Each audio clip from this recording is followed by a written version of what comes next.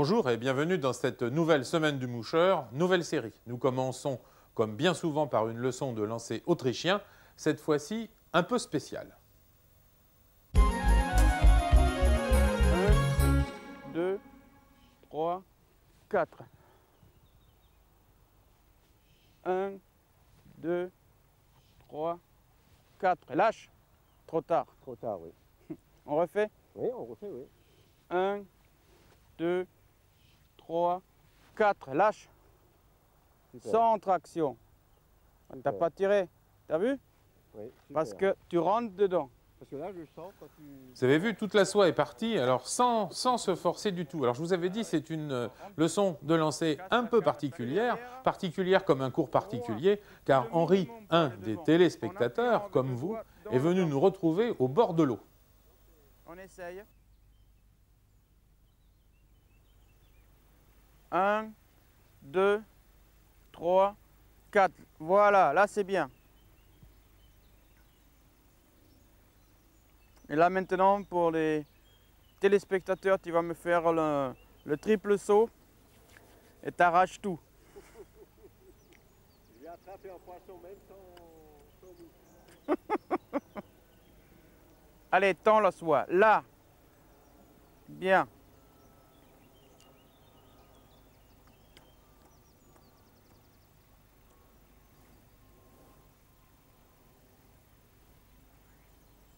C'est bien. Maintenant, tu laisses un peu plus dehors. Prends la soie là où il est. Non, non, c'est bon, c'est bon, c'est bon. 3, 4, shoot. C'est bien. Bon, tu vas essayer avec l'autre moulinet. Là. Bon. Alors, 1, 2, 3, 4. Ça part tout seul. Eh bien oui, heureusement. On ramasse. Tu restes là. 1, 2, 3, 4. Ok. Et pas comme tu fais toi. Tu te mets en comme beaucoup de monde, comme ça. Alors là, à 4, tu ne peux plus tirer parce que tu es déjà coincé. Ouais. Voilà.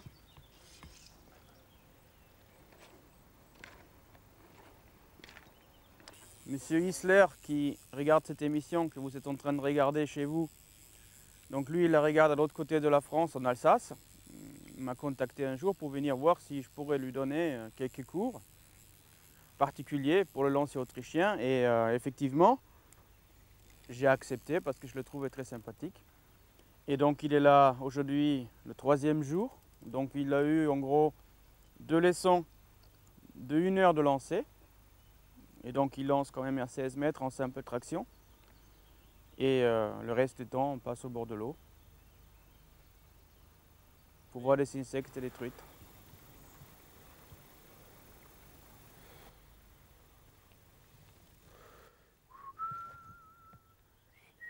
Ben, j'ai vu à la télé, j'étais ravi par les explications d'Éric.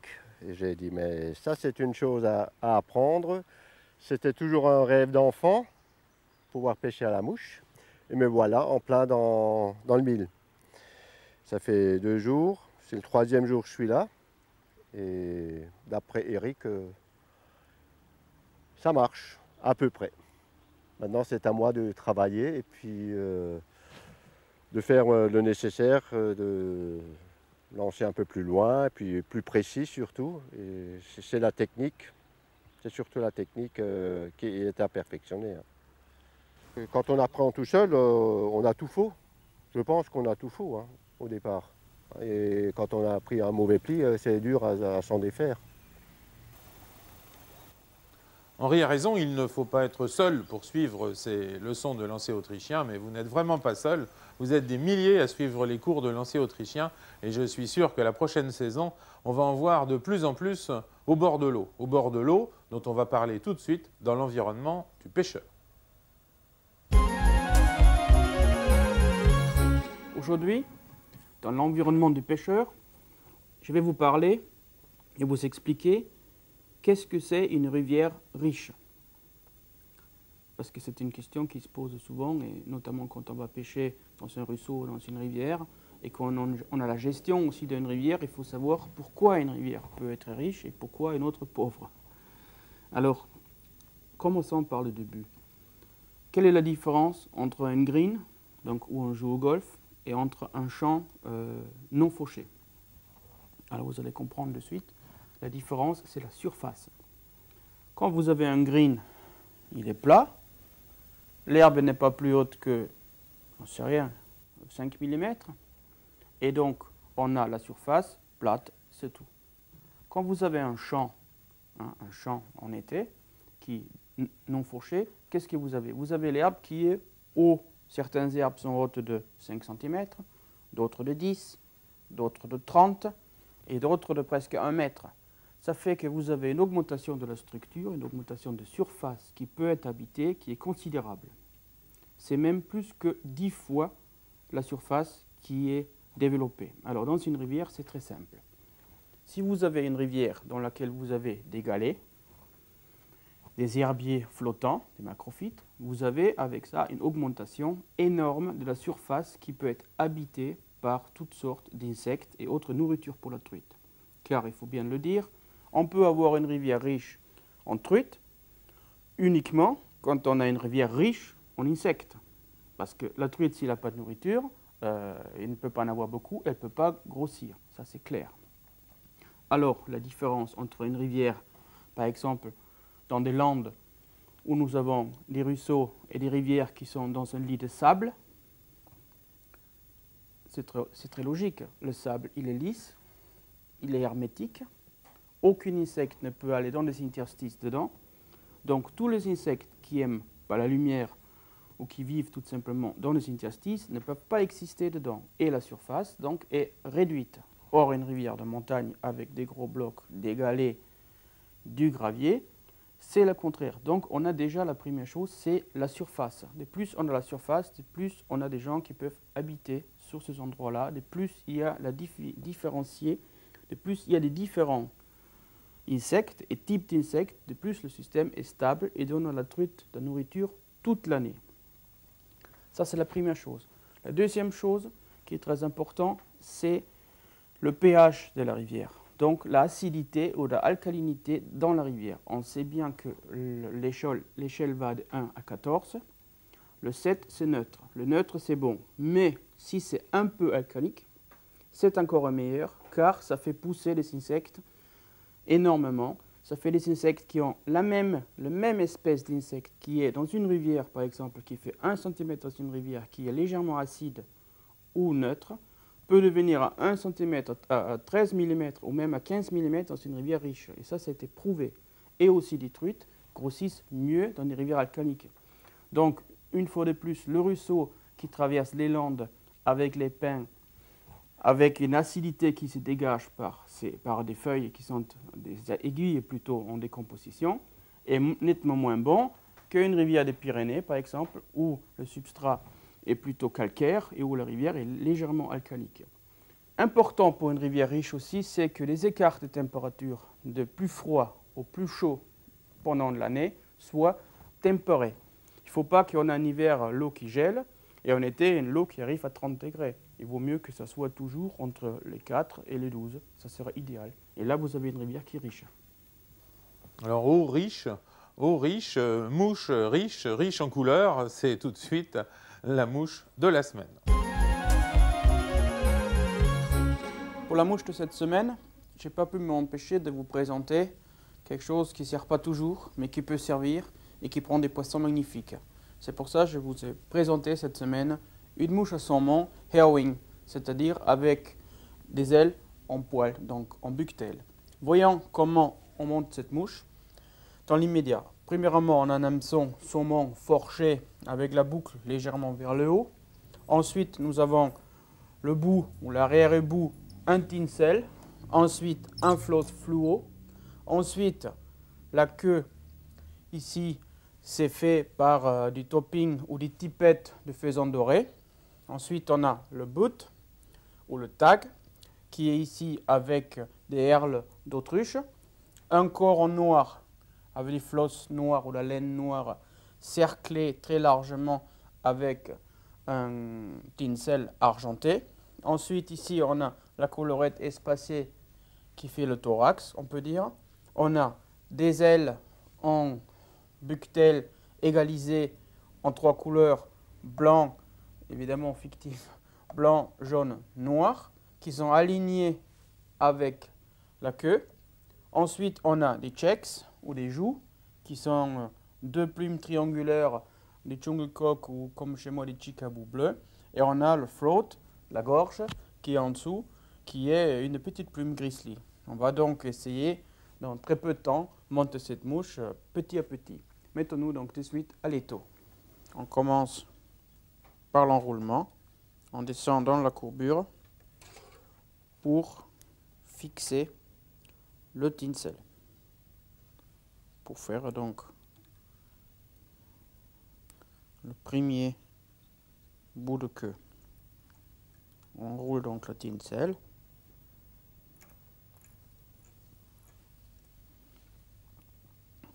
C'est pas si simple que ça. Voilà. Hop, tinsel doré. On le fixe.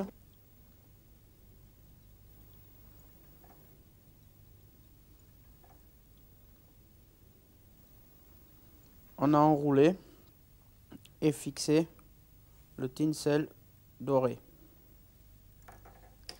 On coupe et on fixe le deuxième bout de queue. Donc ici, une laine Antron fluo qui va presque jusqu'en haut. Là aussi, on fixe 3 fois et on coupe. Ensuite, le tippet du faisan doré qui va faire la queue. On peut aussi évidemment utiliser au lieu du tippet du topping. Là, j'ai préféré ces fibres de plume. Bien le fixer, cette mouche doit être extrêmement solide. Comme dans toutes les mouches à saumon, nous avons là un butt, tout petit plume d'autruche qui nous crée ici une petite structure qui sert vraiment uniquement à respecter la tradition et faire joli. On va fixer ensuite le tinsel qui va faire le rib sur le corps qui chez moi est noir, car j'avoue ce modèle n'a pas de nom particulier mais sort de mon imagination et c'est une mélange de plusieurs. Maintenant on arrive à peu près à moitié de l'hameçon. On fait le corps noir, très fin, juste un enroulement. Ici, on arrête le fil noir, mais on ne le coupe pas, car il va servir encore. Et là, en large spire, on enroule le tinsel doré jusqu'à cet endroit-là. Là, on le fixe 3 fois. On le coupe et on fixe la plume qui va faire le thorax. 3 fois. On y va devant. On finit le corps avec la laine noire. Hop, hop, hop. On fait quelques enroulements espacés aussi pour faire le thorax de cette mouche à saumon. On fixe, hop, hop, et on coupe l'excédent. On rabat un peu en arrière, voilà. Maintenant, l'aile. L'aile, c'est des buquetelles.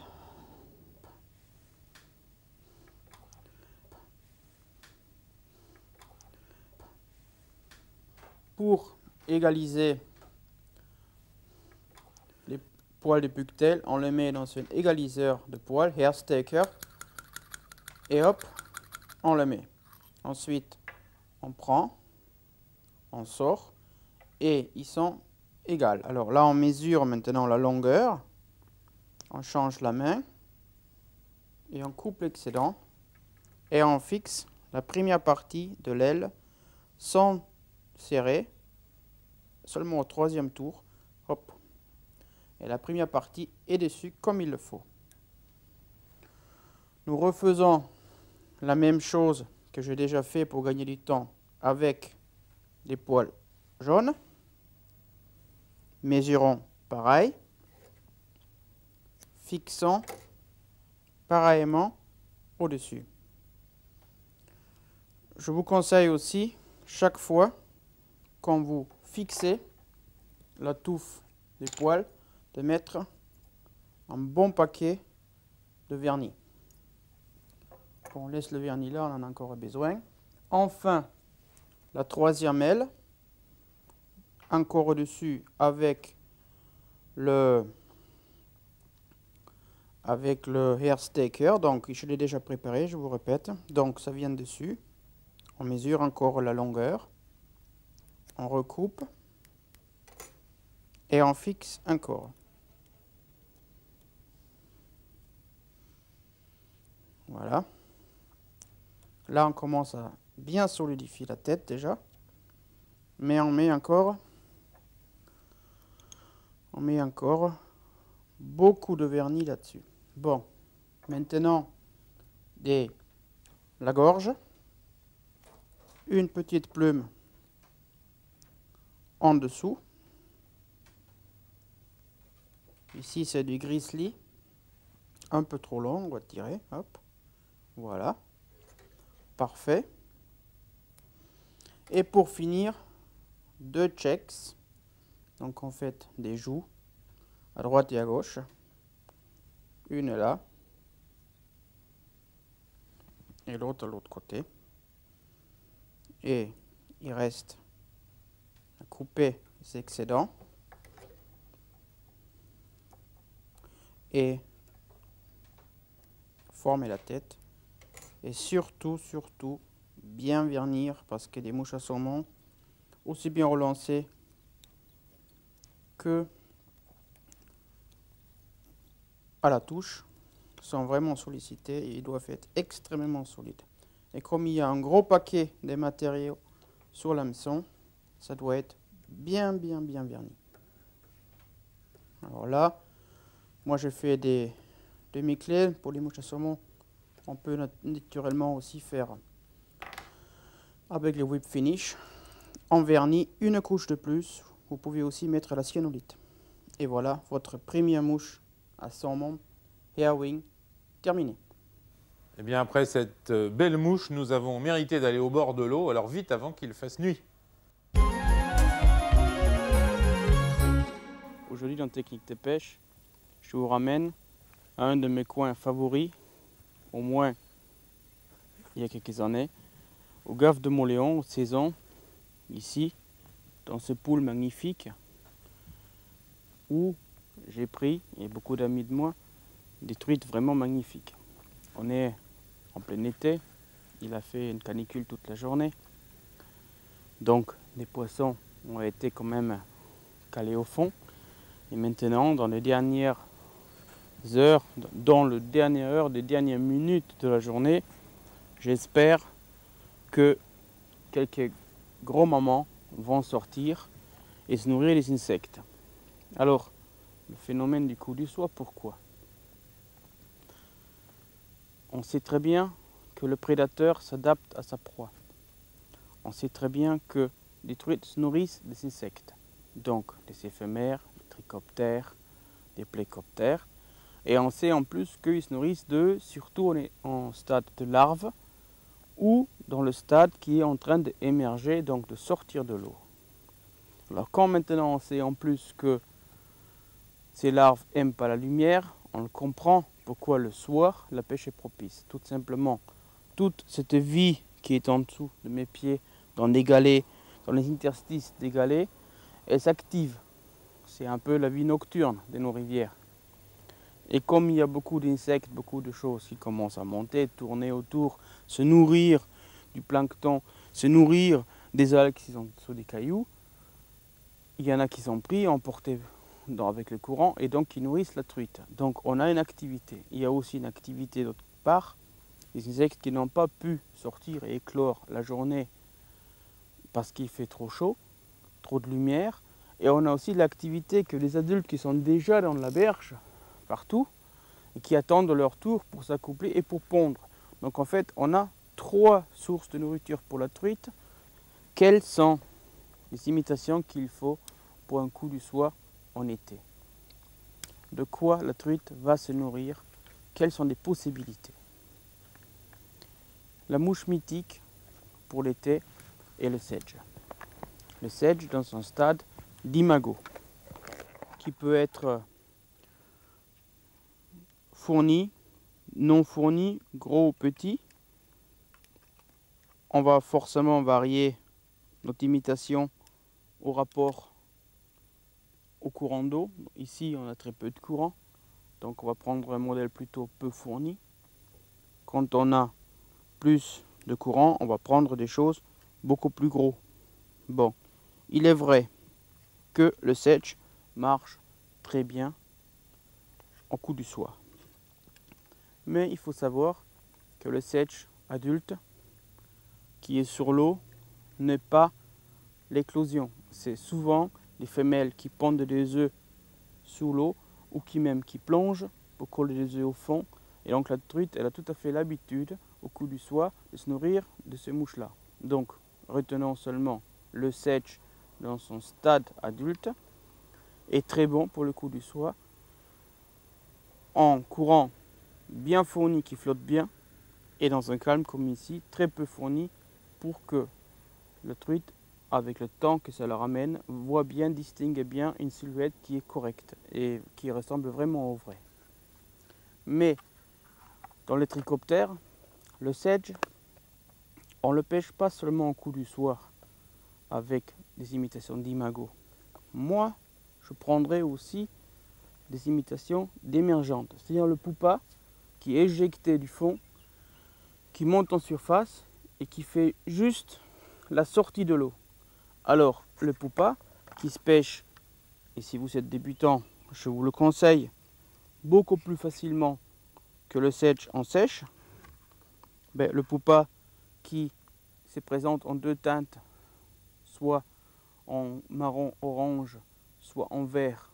On a déjà appris qu'il y a des sedges avec carquois et sans carquois, donc avec maison et sans maison. Toutes les sedges qui vont éclore ce soir vont essayer de sortir de l'exuvie une fois éjectés de leur maison sous l'eau.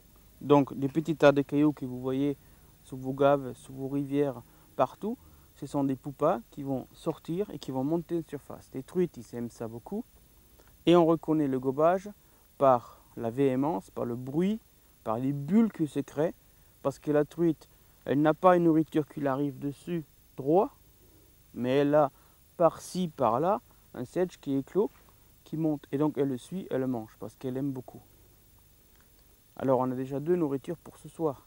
On a donc des imagos de sedge et des émergentes de sedge. Mais aussi la famille d'éphémères est représentée. Il n'y a quasiment pas d'émergence d'éphémères le soir. Ils préfèrent le matin ou même la journée quand l'eau est moins chaude, comme ce soir. Ils n'aiment pas trop. Par contre, nous avons le soir toujours la ponte, l'accouplement des individus qui sont sortis il y a quelques heures ou une journée. On sait que le cycle des éphémères en dehors, donc subimago, imago, est de maximal 2 jours pour des grosses comme les mouches de mai. Maintenant en été, on a plutôt des cycles courts parce qu'on a surtout des bétidés, on a quelques ignités encore, ça dure quelques heures dans la plupart du temps. On a le soir donc le vol nuptial des mâles au-dessous de l'eau. Les femelles qui viennent des buissons vont se faire accoupler et ils vont ensuite pondre. Et donc on a des femelles qui dérivent pendant un certain moment. Ça dépend aussi des espèces, car on a des espèces qui pondent en zigzagant. On a d'autres espèces qui pondent en faisant des sauts ronds. On a des espèces qui pondent en dérivant sur l'eau. Évidemment, pour nous pêcheurs, ce sont surtout des espèces qui restent sur l'eau, qui marchent et qui suivent l'eau, le fil de l'eau qui nous intéresse pour ce soir. Pour ça, on prendra vraiment des imitations qui sont du thorax fly, petit, 16, en jaune, et avec des hacles gris. Voyons qu'est-ce qu'on va prendre maintenant.